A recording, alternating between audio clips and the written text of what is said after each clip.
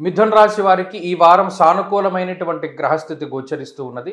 ప్రత్యేకించి జన్మరాశ్యాత్తు రెండవ స్థానమందు శుక్రగురుల యొక్క స్థితిగతులు ఉండడం, లాభస్థానమందు కుజుడు ఉండడం, దశమంలో చంద్రుని యొక్క సంచారం ఉండడం ఇత్యాది విషయాలన్నీ కూడా ఆర్థికంగా బలోపేతమయ్యేటువంటి స్థితిగతులను సూచిస్తూ ఉన్నాయి.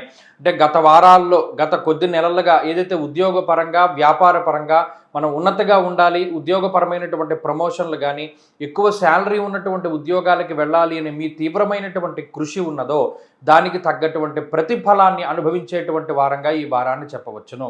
ఈ వారంలో ఆదాయ మార్గాలు పెరగడము లేదా ఆదాయం పెరిగేటువంటి పరిస్థితులకి ఈ గ్రహస్థితి సహకరిస్తూ ఉండడము, అలాగే మానసిక ప్రశాంతతని పొంది కొంత శారీరకంగా ఉపశమనం, మన మీద ఎంత భారం ఉంది, అమ్మయ్య ఇప్పుడు భయం లేదు, ఈ భారం తగ్గుతుంది అనేటువంటి ఉపశమనాన్ని పొందుతూ ఉండేటువంటి వారంగా ఈ వారాన్ని చెప్పుకోవచ్చును.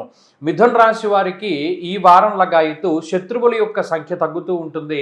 మీకు శత్రువులుగా ఉండేటువంటి వారు మీకు దూరంగా వెళ్ళిపోవలసి రావడము లేదా వారి శత్రుత్వాన్ని వదిలిపెట్టుకోవడం ఇత్యాది విషయాల్ని ఈ వారంలో చూడవచ్చును. అలాగే మానసికమైనటువంటి ఆరోగ్యము, శారీరకమైనటువంటి ఆరోగ్యం కూడా ఈ రాశి వారికి లభిస్తూ ఉంటుంది. కొన్ని సందర్భాల్లో అనవసరమైనటువంటి డబ్బు ఖర్చు కనిపించినప్పటికీ కూడా ఆదాయానికి తగ్గట్టుగానే మీ ఖర్చులు ఉంటూ ఉండడం లేదా ఆదాయానికి లోబడి ఖర్చులు ఉంటూ ఉండడం వల్ల ఈ ఆరోగ్యకరమైనటువంటి ఖర్చుగానే మనం చెప్పవచ్చును. అలాగే ఈ రాశి వారికి అదృష్టం కలిసి వచ్చేటువంటి వారంగా కూడా ఈ వారాన్ని చెప్పుకోవచ్చును. ఏదైనా కొత్త ప్రయత్నాలు, నూతన వస్తు వాహన గృహ ఇటువంటి వాటిని కొనుగోలు చేయడాలు ఇటువంటివి చేస్తూ ఉంటే ఈ గ్రహస్థితి వాటికి కలిసి వస్తూనే ఉంటుంది. కాబట్టి మిథున రాశి వారికి ఈ వారంలో చాలా అద్భుతమైనటువంటి ఫలితాలే గోచరిస్తూ ఉన్నాయి.